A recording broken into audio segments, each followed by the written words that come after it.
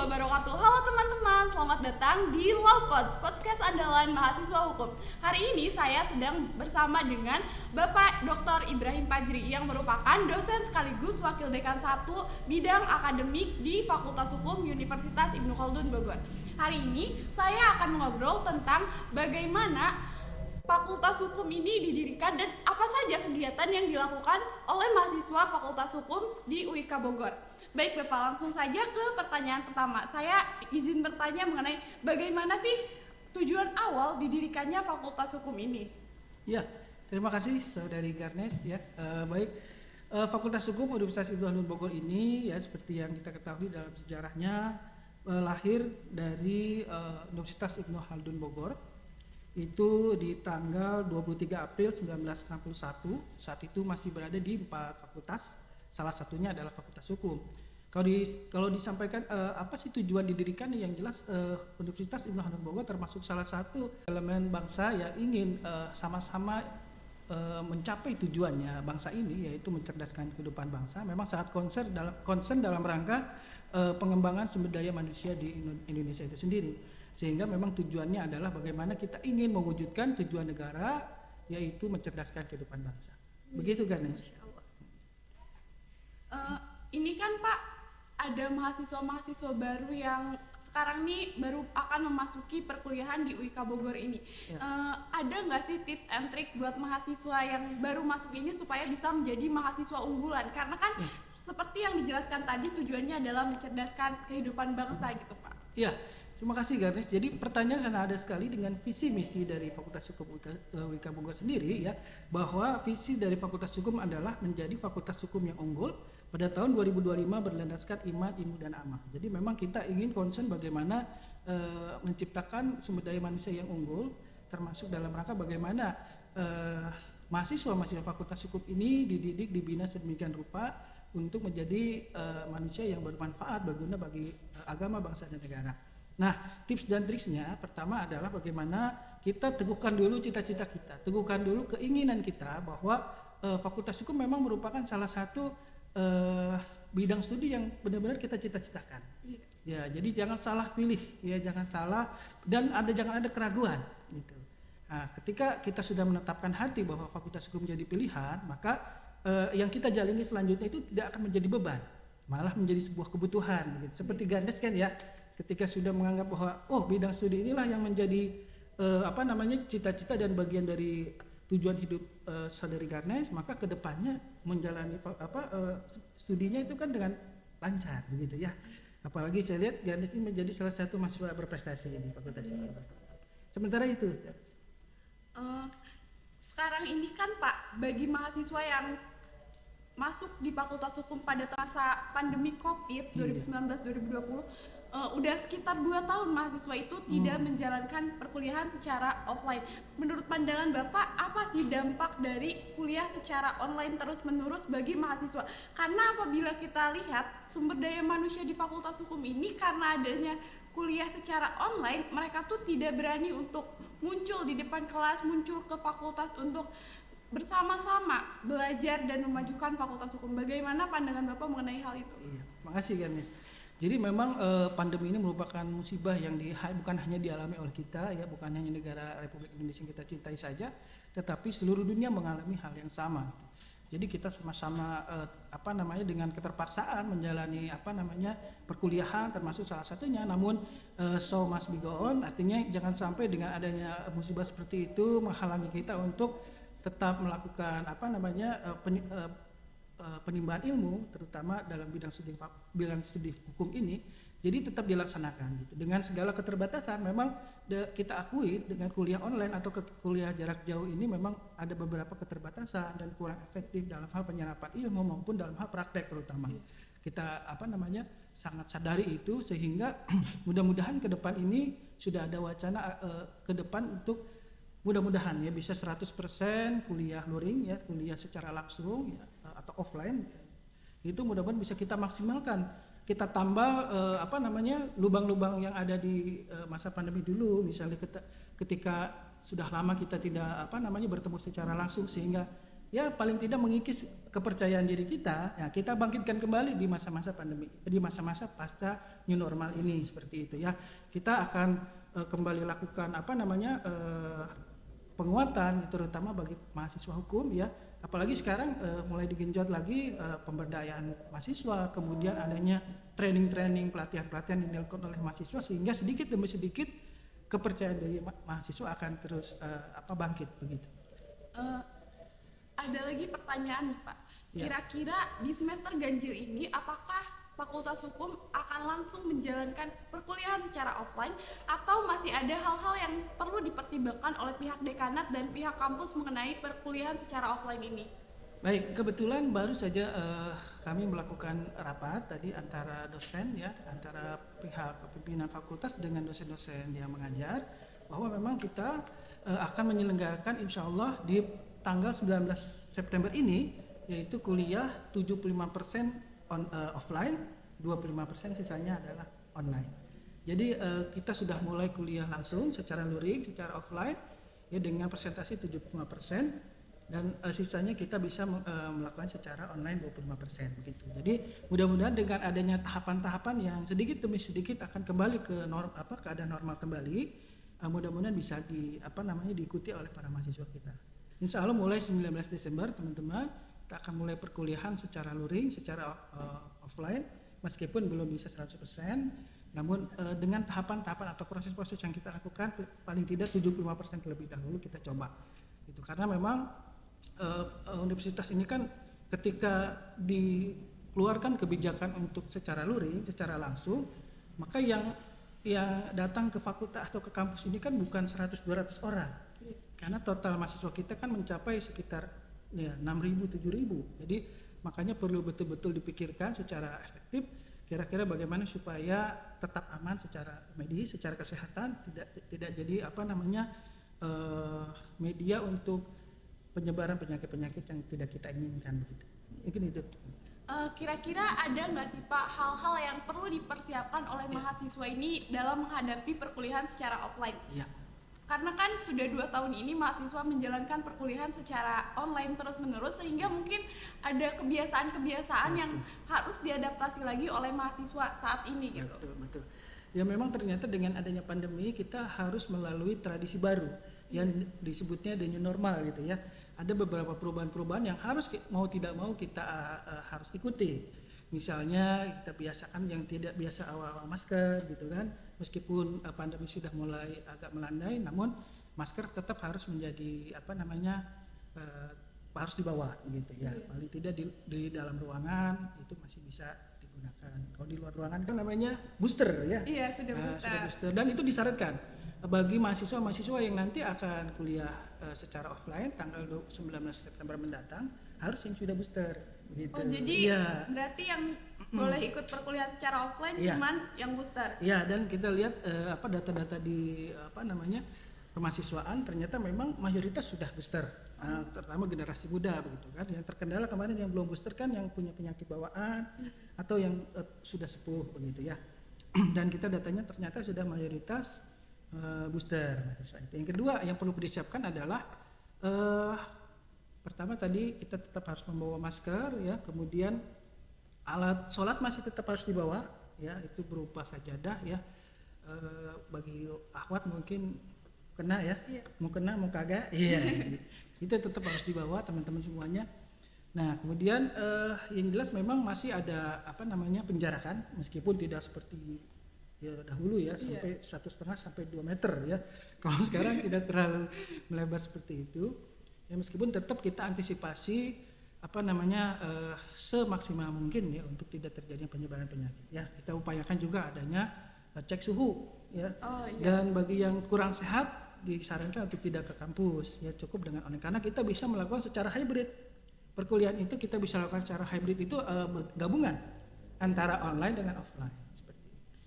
Kira-kira misalnya ada dari mahasiswa gitu Pak, dia belum berkenan untuk melakukan perkuliahan secara offline gitu. Itu apakah boleh mahasiswa itu memilih antara dia mau online atau offline gitu? Ya, tetap kita fasilitasi guys. Jadi bagaimanapun pandemi belum berakhir gitu ya. Dunia belum berakhir. Ada lagunya itu ya. Tapi pandemi pun ini belum berakhir. sehingga belum dinyatakan secara tegas bahwa COVID sudah hilang, maka kita tetap memfasilitasi bagi mahasiswa yang belum bersedia untuk ke kampus dengan tadi melakukan metode hybrid, perkuliahan secara hybrid, yaitu gabungan antara offline dengan online. Betul. Selain daripada itu, untuk yang semester 4 yang sekarang mau masuk ke semester 5 nih Pak. Di Fakultas Hukum ini tuh diberikan kebijakan bahwa bagi mahasiswa semester 5 itu wajib untuk magang. Apakah itu memang diwajibkan atau memang mahasiswa yang memang mau untuk magang saja? Oh iya, sebetulnya magang dan kegiatan-kegiatan di luar fakultas, di luar kampus itu merupakan kegiatan yang tidak diwajibkan sebetulnya. Ya, karena itu merupakan bagian dari tambahan dari kurikulum yang ada. Tapi dipersilakan atau diserahkan kembali kepada mahasiswa yang bersangkutan. Kenapa? Karena meskipun itu bukan satu hal yang diwajibkan, tapi ini merupakan suatu kesempatan besar. Karena saat ini pun pemerintah memfasilitasi bagi mahasiswa-mahasiswa yang ingin melakukan kegiatan-kegiatan di luar kampus. Nah, ini bedanya dengan dulu, kegiatan di luar kampus yang dipilih oleh mahasiswa itu berimplikasi berdampak kepada kegiatan di fakultas. Nah, apa itu? Dan di situ ada namanya kegiatan program MBKM. Ya, MBKM itu kurikulum terbaru dari kebijakan Mas Menteri Pendidikan, ya. Ya, di mana MBKM itu singkatan dari Merdeka Belajar Kampus Merdeka. Ya, jadi kami termasuk salah satu bagian dari dunia pendidikan di Indonesia juga mengakomodir, artinya ikut dengan kebijakan Menteri Pendidikan, yaitu menyelenggarakan program MBKM. Nah, ketika misalnya program MBKM itu ada 8, ya salah satunya tadi yang disebut oleh Garnas, magang. Gitu. Jadi ketika mahasiswa ingin magang di luar atau di institusi yang bekerja sama dengan MBKM, maka akan berdampak kepada SKS yang bisa diambil juga, bisa dikonversi juga di dalam mata kuliah di fakultas, begitu. Ya, jadi misalnya magang selama 6 bulan, selama 1 semester, maka bisa ditukar kegiatan magangnya itu dengan 20 mata kuliah sebanyak 20 SKS. Nah, dan bukan hanya magang, ya. Ada juga studi independen, ada juga namanya pertukaran mahasiswa merdeka, kemudian ada juga KKN dan lain-lain. Begitu. Kira-kira sistem pengkonversian itu bagaimana ya Pak? Misalnya kalau kita ikut ke kegiatan magang gitu, tentunya kan kita nggak ikut perkuliahan selama 1 semester kan. Apakah sistem pengkonversian itu tergantung pada penilaian dari tempat magang atau itu dilakukan oleh dosen yang bersangkutan juga? Iya, jadi penilaian itu nanti tergantung dengan ada dosen pembimbingnya dari kami, dari pihak fakultas, ditambah dengan penilaian yang ada di tempat magangnya. Gitu. Jadi tempat magang itu sangat menentukan sekali, gitu ya, sangat menentukan sekali. Nanti ketika misalnya mau dikonversi, maka nanti merujuk kepada apa? Kepada nilai yang diberikan oleh penyelenggara magang. Yaitu ketika penyelenggara magang memberikan nilai B, maka semua ya mata kuliah konversi pun nilainya B. Begitu. Jadi sangat menentukan sekali, makanya dituntut untuk mahasiswa agar serius menghadapi mengikuti magang kegiatan magang tersebut. Untuk mahasiswa semester 7 nih, tentunya bentar lagi akan menghadapi skripsi setelah kemarin menghadapi KKN, terus laporan KKN, selanjutnya akan skripsi kan Pak. Itu ada nggak sih hal-hal yang harus dipersiapkan oleh mahasiswa semester 7? Selain daripada itu, bagaimana sih caranya agar mahasiswa semester 7 ini bisa lulus tepat waktu? Betul. Jadi bagus sekali ya Saudari Garnis, bahwa memang dalam hal kuliah pun harus ada perencanaannya. Perencanaan dalam arti apa? Bahwa kita harus menetapkan target bahwa kuliah itu harus tepat waktu. Ya, kenapa? Karena pertama kuliah itu kan merupakan amanat, ya, amanat dari orang tua sebetulnya ya, dan juga kewajiban dari agama ya. Pertama kita harus mengikuti sistem yang ada di fakultas. Di fakultas itu ada namanya dosen pembimbing akademik. Jadi diharapkan kita mengikuti arahan dari dosen pembimbing akademik yang pertama itu. Yang kedua adalah kita harus persiapkan ketika ingin skripsi, bahwa kita harus menentukan satu judul, gitu, judul proposal yang akan kita janjikan sebagai skripsi. Ya tentu saja harus sesuai dengan konsentrasi atau sesuai dengan penjurusan ya yang dipilih oleh mahasiswa yang bersangkutan, apakah itu di perdata atau pidana gitu ya. Makanya penting sekali bagi mahasiswa untuk ketika sudah mulai ke semester 7 sudah mulai memikirkan apa kira-kira calon objek penelitian yang akan dilakukan itu gitu. Nah, syaratnya adalah ketika ingin mengajukan proposal skripsi, jumlah SKS yang sudah dikumpulkan oleh mahasiswa atau sudah lulus mata kuliah itu sebanyak 123 SKS. Iya, itu bisa ajukan untuk jadi proposal. Nanti akan kalaupun nanti sudah di ACC maka akan ada namanya dewan pembimbing, ya pembimbing lah nanti yang akan membimbing mahasiswa yang bersangkutan untuk menyelesaikan skripsinya seperti itu. Baik Bapak. Selain daripada itu terkait tadi penjurusan, kan di Fakultas Hukum ini kita memilih penjurusan di semester 5. Sekarang nih kan kita kebetulan sekali memasuki semester 5, semester ganjil. Itu ada nggak sih Pak tips and trick supaya mahasiswa ini nggak salah jurusan? Karena kan sering banget mahasiswa hukum tuh kayak bilang saya salah jurusan nih, maunya pidana malah perdata gitu kan. Itu betul. Sering banget tuh Pak terjadi kesalahan atau mahasiswa yang merasa salah mengambil jurusan gitu. Itu ada nggak sih Pak arahan dari Bapak supaya mahasiswa tuh bisa tepat gitu dalam pengambilan jurusan? Iya, bagus sekali nih pertanyaan Saudari Ganis, bahwa kita harus lihat yang mana yang kita enjoy gitu ya, yang mana kita nikmati dalam melaksanakan kegiatan perkuliahan. Nah, misalnya ketika kita bahas tentang perdata, oh ternyata kita menikmati itu ya, karena pertama kan harus dari hati dulu ya, supaya apa? Supaya kita kuliah tidak menjadi beban gitu kan. Kadang-kadang kan yang membuat berat itu adalah belum kuliah aja kita sudah merasa berat. Kenapa? Karena jadikan itu sebagai beban. Ketika kita berangkat dari keinginan yang benar-benar dari hati, maka kedepannya akan mudah begitu. Makanya dilihat dari minatnya ya, dia minatnya, kesenangannya itu di mana sebetulnya. Kalau enjoy dengan mata kuliah yang berhubungan dengan perdata, maka pilih saja perdata. Gitu. Kadang-kadang begini persoalan mahasiswa yang salah jurusan itu adalah karena ikut arus dari teman-temannya. Karena banyak dari teman-teman yang milih pidana misalnya, walaupun dia itu sebetulnya minatnya ke perdata, akhirnya ikut ke pidana gitu. Nah itu jangan sampai seperti itu gitu. Jadi harus tetap pada prinsip bahwa saya senangnya itu perdata. Kenapa harus berangkat dari kesenangan pribadi? Karena ini nanti akan berhubungan dengan cita-cita ke depan kan, Nes. Ya kan, cita-cita ke depan, profesi yang kita geluti nanti kan ini berhubungan dengan apa yang kita senangi. Kalau berhubungan dengan apa yang kita terpaksa, itu kan tidak akan berjalan dengan baik. Maka kita harus punya prinsip, meskipun misalnya mayoritas teman kita ambil pidana, tapi kita minati ke perdata, maka itu ya sudah prinsipnya ke perdata saja gitu. Begitupun sebaliknya ya, ketika misalnya minat kita di pidana.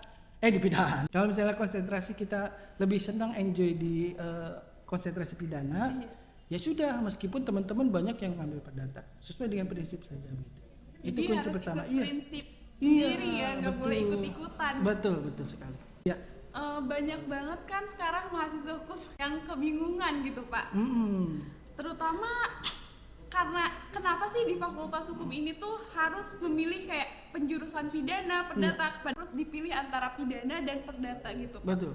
Jadi Saudari Ganes, kenapa harus ada konsentrasi seperti itu? Karena memang saking luasnya bidang studi dari hukum itu sendiri.